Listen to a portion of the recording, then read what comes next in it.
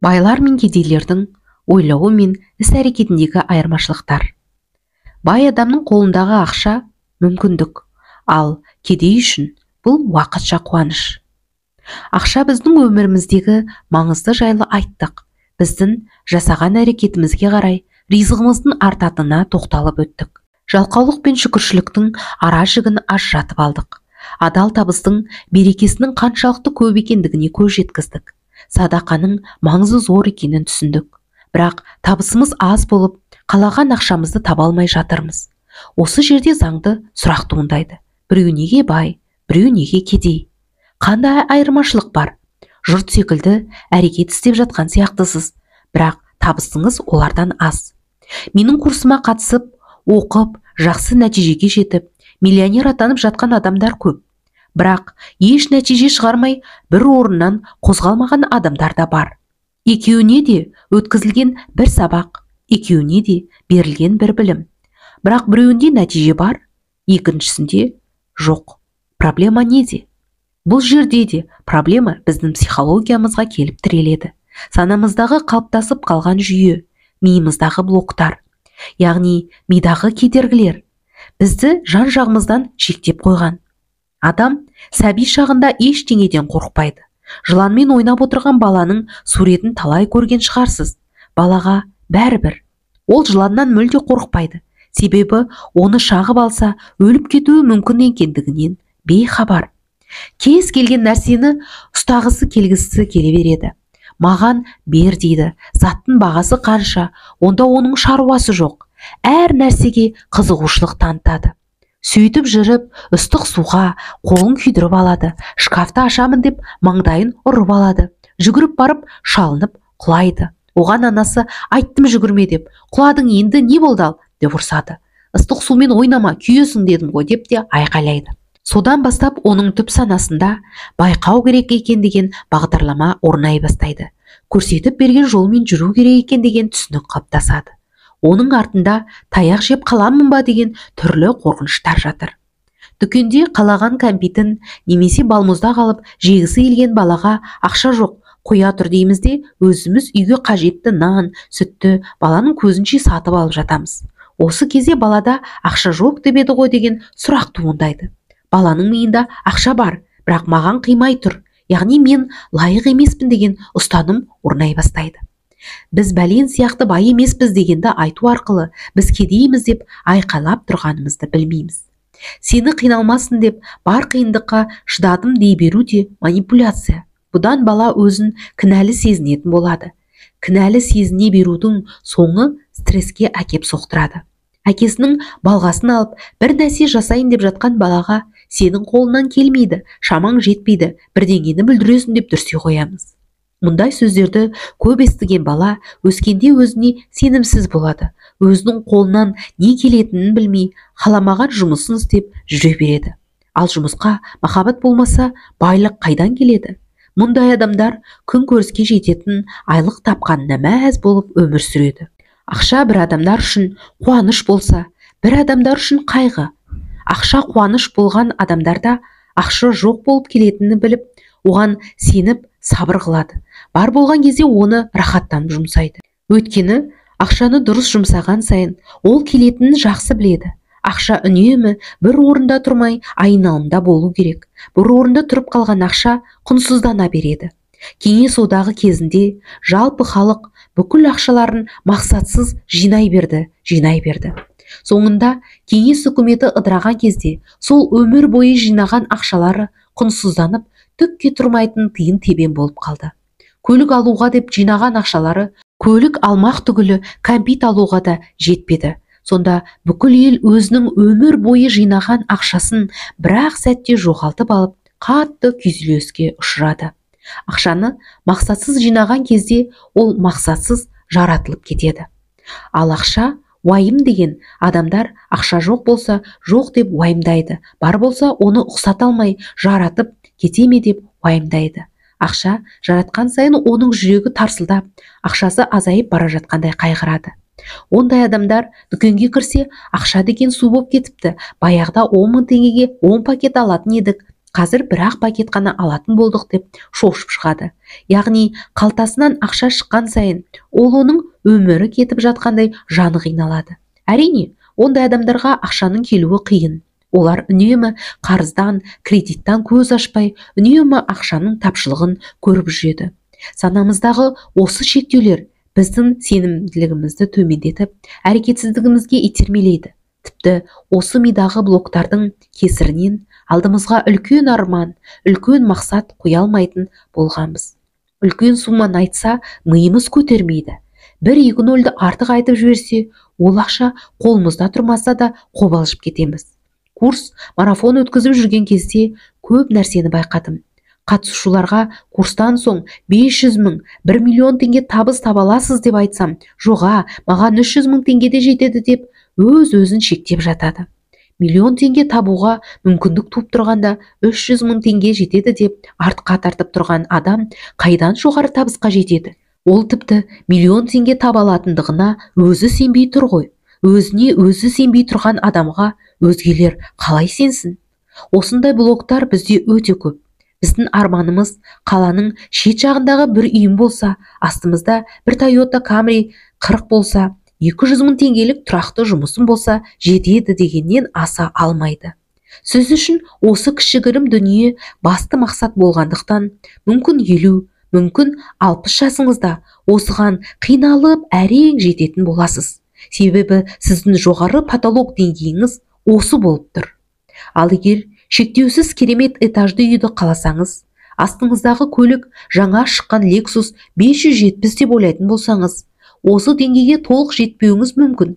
Бірақ жаңағы Toyota Camry 40-тың деңгейіне оңай жетіп аласыз. Өйткені сіздің санаңызда одан да биік мақсат тұр. Қазір ие болып тұрған дүниеге қалай тез жеткізгеніңізді түсінбей қаласыз. Өзінің потологын 200 мың деп қойған адам сол суммаға тырысып, қиналып әрең жетеді. Ал 700 мың деп қойса, 200 мыңға жету ол үшін түк емес. Неге? Себебі оның санасы қазіргі деңгейді тым жеңіл деп қабылдап, биікті қалап тұр. Сол себепті мидағы кедергілерді алыңыз. Ондай ақша табу қайда деп мүлде ойламаңыз. Көп жерден естіп, жауыр боп, құны төмендеп кеткен сөз бар. Бірақ ол сөздің құндылығын түсініңіз. Алдыңызға үлкен мақсат қойыңыз. Мақсатыңыз кішкентай болса, жолыңызда кездескен кез келген кедергі мақсатыңызды жауып тастайтын болады. Сөйтіп, сіз алға қарайтын мақсатты көрмейсіз, тек кедергіні көресіз. Өз мақсатыңызды көрмесеңіз, бағытынан жаңылысқан кеме сияқты күдік пен қауіп туындайды. Біз тек қазіргі жағдайымызға қарап мақсат қоямыз. Неге бизнес бастамайсыз десе, ой, оған ақша қайда дейді. Ақшам болса, мақсат қоямын деп ойлайды. Ақша ешқашан өзінен өзі пайда болмайды. Мақсаты жоқ адамға ешқашан ақша келмейді. Мақсатыңыз қаншалықты биік болса, сізге келетін ақша да сондай болады. Біз не үшін мақсат қоя алмаймыз? Өйткені біз қазіргі жағдайымызға қарап қана армандаймыз. Мысал үшін, айлығым 100 мың теңге болса, мен ары кетсе 10 миллион теңге тұратын үйде тұра аламын. Одан үлкен үйге менің мүмкіндігім жоқ деп ойлаймыз. Біз әлемдердің жаратушысы, 18 мың қаламның иесі, бар әлемге ризық беріп отырған Алла тағаланың жомарт екенін, құдіретті екенін ұмытып кетеміз. Алла тағала үшін сіздің 100 миллиондық үйіңіз түк емес. Біз бишара өзіміздің қалтамызға қарап қана армандап, мақсат қойып жатамыз. Бізге Алла тағала бәтеңкеңнің бауы болса да менен сұра деген жоқ па? Бәтеңкеңнің бауы болса да менен сұра деген Алла тағаладан біз өзіміздің армандарымызды, үй, көлік сұрауға ұяламыз. Ал біреуді өсектегенге, байлармен алысқанға ұялмаймыз. Біздің проблемамыз осында. Сондықтан алдыңызға үлкен мақсат қойыңыз. Сол кезде қандай кедергі болса да сіздің мақсатыңызды толық жауып тастай алмайды. Сіз мақсатыңызды айқын көріп, не үшін әрекет етіп жатқаныңызды біліп отыратын боласыз. Мен ешқашан мақсатсыз табысқа жеткен адамдарды көрмеппін. Менен басқаның бәрі кінәлі. Өзгелерді кінәлау арқылы өміріңізді басқаруды солардың қолына тапсырасыз. Уэйн Дайер. Әр адам жаспен емес, жауапкершілікпен өседі. Өмірімізде болып жатқан жағдайлардың барлығы үшін өзіміз жауапты екенімізді түсінбей, бай болу мүмкін емес. Сіздің қазіргі жағдайыңызға мемлекет, ата-анаңыз, жарыңыз, тағы басқа да жандар жауапты емес. Тек өзіңіз жауаптысыз. Тұра тұрыңыз. Ал адамның еркінен тыс жағдайларда қалай болады деп сұрауыңыз мүмкін. Ауырып қалсақ, неше түрлі бақытсыздықтар болса, мені алдап кетсе, егер менің кінәм жоқ, жол апаты орын алса, қалайша біз өміріміздегі барлық нәрсеге жауапты боламыз. Сіздің көлігіңізді біреу соғып алды дейік. Бұл жерде қандай жауапкершілік жайында айтуға болады? Бұл жерде сіз өзге адамның не жасағанына жауапты болмайсыз. Бұл нәрсені өзіңіздің қалай қабылдағаныңызға жауапты боласыз. Сіз ол кісіге бірден жұдырық ала жүгіруіңізге болады, немесе сақтандыру компаниясының бұл шығынды өтеп жаңа түске бояп беретіндігін түсініп, қиналмай тұра беруіңізге болады. Осылайша сіз болған оқиғаға емес, өзіңіздің осы оқиғаны қалай қабылдап, қалап, жауап қайтарғаныңызды жауапкершілік аласыз. Апельсинді елестетіп көріңізші. Оны ақырын алақаныңызбен қыссаңыз не болады? Әрине, оның шырыны шығады. Дұрыс. Сол апельсинді аяқпен таптасам не болады? Тағы да шырыны шығады. Апельсин менің оған не істегеніме жауапкершілік алмайды. Ол өзінен не шығатынына жауапкершілік алады. Сол сияқты бізде ішімізде не бар екендігіне және оның сыртқа қалай шығатынына жауапкершілік аламыз. Жауапкершілік бұл дұрыс жауап қайтара алу. Егер сізді шағып алған жыланды қуалайтын болсаңыз, тек удың тез тарауына әсер етесіз. Оның орнына тездетіп, уға қарсы дәрі пайдаланғаныңыз абзал болады. Біздің реакциямыз орын алған оқиғаға берген жауабымыз. Жауап пен жауапкершілік сөзінің түбірі бір екендігі де бекер емес. Көп адамдар жауапкершілікті біреуді мойнына арта салғанды жақсы көреді. Ал өмірде өзіне толық жауапкершілік алған адам ғана жетістікке жете алады. Әдетте, балаларды есептемегенде бұл қасиет барлық ересек адамға тән. Себебі балалар есі кіргенге дейін өзінің ата-анасына тәуелді болады. Алайда, өкінішке орай, кейбір ересек адамдар қандай да бір қиыншылықтарға немесе сәтсіздіктерге жолыққан кезде өзінен жауапкершілікті алып тастауға ұмтылып, түрлі сылтау іздей бастайды. Жауапкершіліктен қашудың мысалдары мынадай. Егер пәленше болмағанда, балалар маған жұмыс істеуге мүмкіндік бермейді.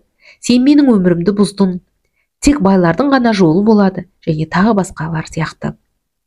Жетістікке жету үшін өміріңізде болып жатқан бар жағдайларға жауапкершілік алуды үйрену өте маңызды. Бұл өз әрекетіңізге немесе немқұрайлығыңызға ғана емес, сізді қоршаған жайттар мен адамдарға да жауапты бола білу дегенді білдіреді. Мәселен, бала 90-ды үздік бағаларға аяқтады делік. Оның ата-анасы мақтаныш сезімі билейді. Ол бірінші кезекте достарының алдында баласының жетістігі мен мақтана алады. Ал егер баласы 90-ды екілікпен аяқтаса, ақмақ, әкесіне, анасына тартып кеткен дейтін сөздер шығады. Бұл да жауапкершілікті итеру. Негізі, біз жетістіктерді өз әрекетіміздің жемісі түрінде көреміз. Оған біздің қатысымыз болса да, болмаса да. Ал сәтсіздіктерді біреуге жүктей салуға дайын тұрамыз. Неге? Жұмыс орным кінәлі, маған өз потенциалымды көрсетуге мүмкіндік бермейді. Әріптестерім кінәлі, анау кінәлі, мынау кінәлі. Біреуге кінәні артатын болсаңыз, сол уақытта сол адамға сіздің өміріңізді басқаруға билік бересіз. Өміріңізді басқа адамның басқарғанын қаламайсыз ба? Олай болса, баланың тірлігін доғарып, өмірде болып жатқан барлық нәрсенің жауапкершілігін өз мойныңызға алуыңыз керек. Сонда ғана шын мәнінде жетістікке жетесіз. Ал өмір жолында кездесетін сәтсіздіктерден сабақ ала бастайсыз және алдағы уақытта оларға жол бермеуге тырысасыз. Осылайша сәтсіздіктердің саны азайып, жетістіктің саны арта береді. Дәл осылай, ақшаға байланысты да жауапкершілікті өз мойныңызға алыңыз. Жаныңыздағы табысты адамдарға көз салыңызшы. Олардың жауапкершілігі өте көп. Бойдақтардан гөрі неге жиын ұялы адамдар екі жұмыс жасауға, көп ақша табуға тырысады? Себебі оларда жауапкершілік бар. Бұған қарап, жауапкершілікті тек үйленгенде алу керек деп ойлап қалмаңыз. Егер бойдақ болсаңыз, қазірден бастап үйдегі шығындарды өз мойныңызға алыңыз. Ініңіздің оқуын төлеуге жауапты болыңыз. Өз деңгейіңізден жоғары жауапкершілік алып үйреніңіз. Достарыңызбен пәтер жалдап тұрсаңыз, ақшаны сіз жинаңыз. Оның өзі үлкен жауапкершілік. Балалардан бір мезетте ақшаны жинап, ортақ суманы шығарып, орын-орынмен жұмсау білудің өзі жауапкершілікті арттырады. Табысты болғыңыз келсе, онда өз өміріңізді өз қолыңызға алыңыз, біреудің қолына бермеңіз. Жұмысты қиналып істеме, тиімді етіп істе. Егер маған ағашты кесуге 8 сағат берілсе, мен 6 сағаттан балтаны қайрауға жұмсар едім. Авраам Линкольн. Жұмыс туралы қате ой қалыптастырып, мүлдем орынсыз ауыртпалықтар әкелетін бір түсінік бар. Ол, мен неғұрлым көп жұмыс істесем, соғұрлым мен көп ақша табамын деген пікір. Егер сіз де осылай ойласаңыз, онда сіздің табысқа жету жолыңыз ұзақ, қиын әрі тиімсіз болмақ. Ондай жағдайда сіз өзіңіздің денсаулығыңыз құртасыз, өзіңізді шаршаңқы сезінесіз, отбасыңызды құрбан етесіз. Негізінде адамдардың көпшілігі өмір бойы осылай жұмыс істеп келеді. Олар көбірек ақша табайын деп, өздеріне шектен тыс көп жұмыс алып жатады. Жұмыста да көбірек уақыт өткізеді. Нәтижесінде отбасына және денсаулығына немқұрайлы қарайды. Соның кесірінен уақыт жетіспейді, стресске ұшырайды. Былайша айтқанда, олар шектен тыс көп жұмыс істеп, өте көп энергия жұмсайтындықтан жақсы ақша табуға мүмкіндігі де жоқ. Идея әу баста дұрыс емес болса, жақсы ақша қайдан болсын? Бір сәтке тоқтап, осы туралы ойланайықшы. Егер сіз неғұрлым ұзақ әрі қиын жұмыс десеңіз, соғұрлым өркендейсіз деген ой дұрыс болса, онда ең көп жұмыс істейтін адамдар ең бай әрі табысты жандардың қатарында болатын еді ғой. Бірақ айналаңызға қараңызшы, ауыр әрі қиын жұмысты атқаратындар табысты адамдардың қатарында ма? Жоқ, керісінше, біздің қоғамда ең ауыр және ең көп жұмыс істейтіндерге ең төмен жалақы төленеді. Бұл қалай болғаны? 20 кітап жазған жазушы 2 кітап жазған адамнан гөрі көп ақша табады деп ойлайсыз ба? Егер осы 20 кітаптың ешқайсысы жарияланбаса ше? Немесе тек 2 кітап жазған автордың 2 кітабы да бестселлер атанса ше? Баспагерге, оқырманға немесе редакторға жазушының қаншалықты ұзақ және қиын еңбек еткені маңызды деп ойлайсыз ба? Адамның қаншалықты ұзақ жұмыс істегені оның нәтижесінің өлшем бірлігі емес. 10 жыл бойы жазылған кітап 3 айдың ішінде жарыққа шыққан кітаптан мықты деген сөз емес. Егер мен Билл Гейтстен гөрі көп жұмыс істесем, мен одан көп жетістікке жетемін бе? Шынында да ұзақ жұмыс істеу табысты кілті және сиқырлы формуласы ма? Осы бір жалған, зиянды ойдан арылатын уақыт келді. Мәселе сіздің тиімділігіңізде. Сіз қаншалықты көп жұмыс істейтініңіз емес, сіз қаншалықты тиімді және ақылмен жұмыс істейтіндігіңіз маңызды. Былайша айтқанда, тиімділік дегеніміз жұмысты мейлінше аз шығынмен, өзіңіз қалаған сапада жасап, барынша көп нәтижеге жету. Бірде аңшы орманды аралап келе жатып, ағаш шауып жатқан адамды кездестіріп қалады. Ол ағашты бар күшімен қиналып, қара терге түсіп, шауып жатқанын байқайды.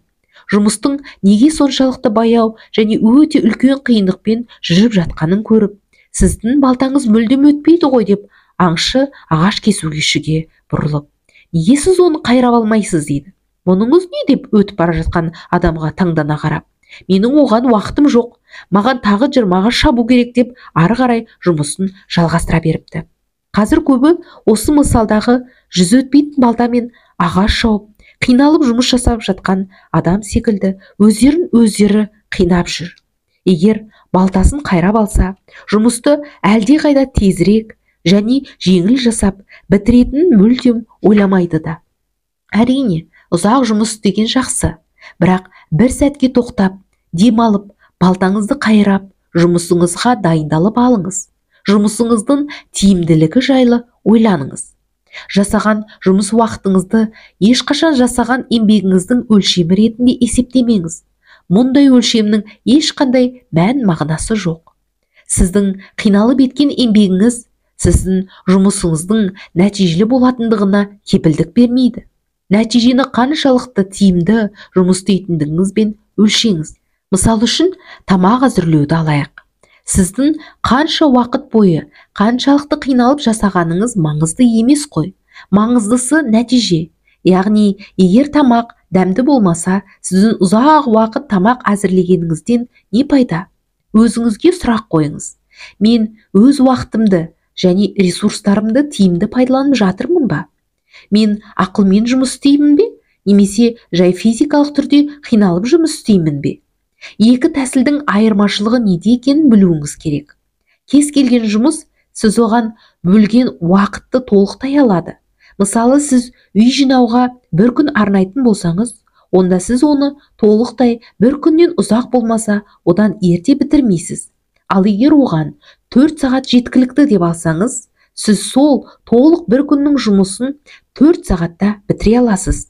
Сіз күні бойы жұмысыңызды созып, ұзақ жинап жүресіз, бірақ нәтижесінде өзіңізді шаршаңқы сезінесіз және үй толықтай жиналмауы да мүмкін. Ал сіз сол жұмысқа 4 сағат белгілеп, уақытыңыз бен энергияңызды тиімді пайдаланып, жұмысты сол 4 сағаттың ішінде бітіріп тастауыңызға да болады. Тиімді жұмыс жасау да тәжірибені талап етеді. Көп жұмыс істеу мен тиімді жұмыс істеуді ешқашан шатастырмаңыз. Егер біз кеңседе 12 сағат отырсақ, онда біз 12 сағат жұмыс істедік деп ойлаймыз. Біз жасаған жұмысымызға риза боламыз ба? Жоқ. Әлде лимон сияқты сығылып, өзімізді шаршаңқы сезінеміз бе? Ол біздің қай тұрғыдан қарағанымызға байланысты. Біз көп жұмыс істедік, бірақ біз ұтымды жұмыс істедік пе? Мүмкін, егер біз демалып, көтеріңкі көңіл күйге бөленсек, біз 6 сағаттың ішінде дәл сол 12 сағаттық жұмысты атқарар едік. Жұмыс аптасын аяқтап, есеп жүргізген кезде, сіз қаншалықты қиын және ауыр жұмыс істегеніңізді ойламаңыз. Бұл маңызды емес. Өзіңізден қаншалықты ақылды және тиімді екеніңізді сұраңыз. Мен уақытымды тиімді пайдаландым ба? Жасаған жұмысым өнімді болды ма? Мен қаншалықты тиімді болдым? Мен қалай өз тиімділігімді арттырсам болады? Міне, осы сұрақтарға жауап беріп, өзіңізден есеп алатын болсаңыз, сіздің тиімділігіңіз артып, жұмысыңыз өнімді бола бастайды. Менің байқағаным, барлық жетістікке жеткен табысты адамдар кез келген істі тез және тиімді шеше алатын бір ортақ қабілетке ие. Оның үстіне олар істі қиналып жасамайды. Олар жұмысты ақылмен жасауды біледі. Олардың дәл осындай жетістікке жетуінің бірден бір себебі осы. Егер сізге бір істі бітіру керек болса, оны қолы бос емес адамға тапсырыңыз деген бір жақсы сөз бар. Жұмысы көп адам істі жүргізіп ұйымдастыра біледі. Ол тапсырмаларды ретімен орналастырады. Жұмысты тиімді және басқа нәрсеге алаңдамай жасай алады. Ол ақылмен жұмыс істеуді және басқаларға қажет болған уақыттан 2 есе ертерек бітіреді. Сізге де дәл осындай ритмді тауып, сол ритмге түсе білу керек. Сіздің алдыңызда таудай жұмыс болса да, уайымдамаңыз. Алдымен олардың маңыздылығы бойынша ретімен орналастырыңыз. Өзіңізге сол істі бітіру үшін мерзім қойыңыз. Сосын өзіңіздің жұмыс жасау ритміңізді табыңыз. Яғни, қай уақытта сіздің энергияңыз көп болатынын, қай уақытта қуатыңыз төмендейтінін анықтаңыз. Күніңізді бірнеше бөлікке бөліп, жұмыстарыңызды сол уақытқа белгілеңіз. Энергияңыз көп болатын уақытқа алдымен күрделі жұмыстарыңызды қойыңыз. Осының бәрін жасасаңыз, сіз әдеттегіден әлде қайда көбірек іс бітіріп, жұмысыңыз өнімді болатыны сөзсіз. Мен ұзақ жұмыс істеймін деп ойламаңыз. Мен ақылмен жұмыс жасаймын деп ойлаңыз. Осы тәсілдердің екіншісі сізді үлкен табысқа жеткізеді. Біріншісі сізді құр шаршатады. Әрдайым өзіңіздің тиімділігіңізбен жұмыс жасаңыз. Сіздің тиімділігіңіз сіз ойлағаннан да үлкен ақша әкелетін болады. Негативтен арыл. Егер сіз үнемі қара көзілдірік тағып жүрсеңіз, әлем жарқын болады деп күтпеңіз. Томас Тернс Эллиот. Бұл әлем толқындардан тұрады. Кванттық физика. Кванттық физика магия емес. Ал біз көбінесе тек негатив ойлаймыз. Өміріміз біреуге өкпелеумен, ренжумен өтіп жатыр. Біреу көтеріліп байып кетсе, қай бір еңбектеніп бай болды дейсің? Жеген, ұрлаған деп бірден жаман ойлаймыз. Біреу көлігін соғып алса, өзінен басқа да көлік жоқтай жүруші еді деп сөге бастаймыз. Өкпе, реніш, қызғаныш деген қап-қара энергетика. Адамның төбесінде қара бұлт құсап, Алладан келетін барлық нығметтің жолын жауып тұрады. Еш тілегіңізді болдырмайды, арманыңызға жеткізбейді, еңсеңізді басып, одан сайын қиындықты көбейтеді. Өзіміз қоғам бұзылды, адамдардың ниеті өзгерген деп жүріп, өзіміздің сол адамдардың ішінде екенімізді естен шығарамыз. Қоғамдағы негативті ақпараттарға мән бермеңіз. Сіз сол заттарға көбірек мән беріп қараған сайын, айналаңыздың барлығы жамандыққа толғандай көрінеді. Әлеуметтік желіде де сіз не нәрсені көп қарасаңыз, сол дүние сізге жиі шығатын болады. Осыған байланысты бір қызықты зерттеуді айтайын. Ганс Рослинг деген академик, швед ғалымы, әлемнің түкпір-түкпірінен келген журналистерді жинап, қалай ойлайсыңдар? Осыдан 100 жыл бұрын әлемде жамандық көп болып, қайғы қасірет орын алып, адамдар көп қырылды ма? Әлде қазір сондай зұлымдықтар көп болып жатыр ма деп сұрақ қояды. Сонда жиналған 1000 жарым журналистің 70%-ы қазір қоғамда зұлымдықтар көп болып, адамдар көп қырылып жатыр деп жауап береді. Академик сәл жымиып, жоқ, осыдан 100 жыл бұрын зұлымдық көп болған. 100 жыл бұрын неше түрлі табиғи апаттардан, едімі табылмаған аурулардан, әрлі түрлі қаныпезерлердің кесірінен адамдар көп қырылған. Қазір заман дамыды, техникалық құрал-жабдықтар толықтырылды, камералар орнатылды. Қазір қайғы қасірет бұрынғыдан да аз. Тек мына ақпараттық жылдамдығы, қазір зұлымдық көп болып жатқандай, біреу-біреуді өлтіріп, қазір қоғам қасіреттерге толып кеткеніне көрсетіп жатыр деген екен. Қайғы қасірет бұрында да болған. Тек ол кезде жан түршіктіріп, әр жерде айтыла бермеген. Жаман жаңалықтарға көп назар аудармаңыз. Қоғамда жақсы жаңалықтар да, көз қуантарлық оқиғалар да болып жатыр. Тек олардың жарнамасы аз. Қазір жаман жаңалықтарға етіміз үйренгені сонша, ана жерде біреуді пышақтап кетті десе, бүлк етпей отыра беретін халге жеттік. Жаман ақпараттардан бойыңызды аулақ салыңыз, жаман ойға ерік бермеңіз. Соңғы кездері көзім көрмей жүр, осылай жүріп соқыр болып қалар ма екем деп адам түбі соқыр болып қалады. Жаман ойлардың соңы ешқашан жақсылық әкелмейді. Жоқ деген адам жоғала береді деп қазақ өзі де айтады ғой. Жоқ деген сайын адамның түп санасы жоқшылыққа үйрене бастайды. Жұт 7 ағайынды. Жұттың ішінде ашаршылық та кіреді, жоқшылық та кіреді, қайғы қасірет те кіреді, ауру да кіреді, бәрі кіреді. Сіз қазір баспанам жоқ, бір баспана бұйырмады ғой деп жылана берген сайын, баспана қиындығының артынан ауру, оның соңынан күйзеліс келеді. Бір қиындығыңыздың осының бәрінің басталуына себепші болады. Кез келген жаман ойдың соңы ауруға келеді. Жаман ойлардан құтылуға асықпау адамның денсаулығына және рухани күйі, психика мен ішкі сезіміне өте үлкен зиян келтіреді. Бұл медицинада әлде қашан дәлелденген дүние.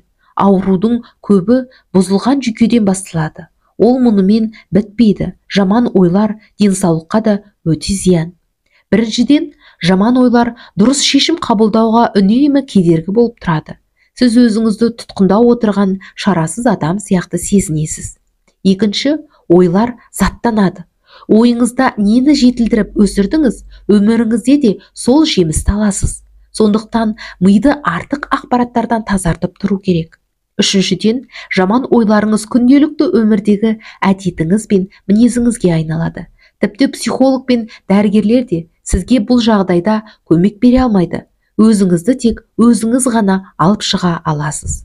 Адамның өміріне қатты әсер ететін тағы бір нәрсе сөз. Өкінішке орай сөздің құдіретін сезіне бермейміз. Исламда жақсы сөйлеңдер, болмаса үндемеңдер деген хадис бар.